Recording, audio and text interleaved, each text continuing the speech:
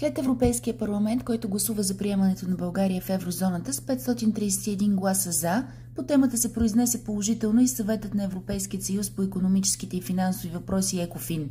На неговото внимание бяха взети 3 решения за добавяне на България в списъка на държавите от еврозоната, за определяне на курса лев-евро и генералното решение за въвеждане на еврото.